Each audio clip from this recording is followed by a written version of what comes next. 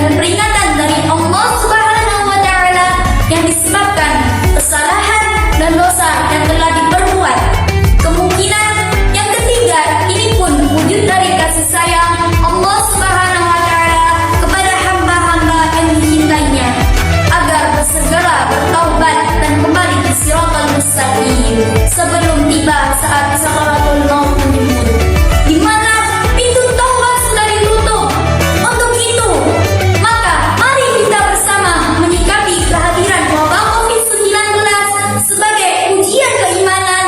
Mudah-mudahan kita lulus, bahkan berhasil meraih pahala syahid bagi yang wafat maupun yang selamat. Lalu kita hadapi juga dengan bersabar, bertawakal, bertaubat kepada Allah, di antaranya dengan masing-masing memperbanyak beristighfar dan berupaya kembali ke jalan kehidupan yang diridhoi Allah Subhanahu wa Ta'ala sesuai petunjuk Al-Quran dan As-Sunnah dalam seluruh aspek hidup dan kehidupan.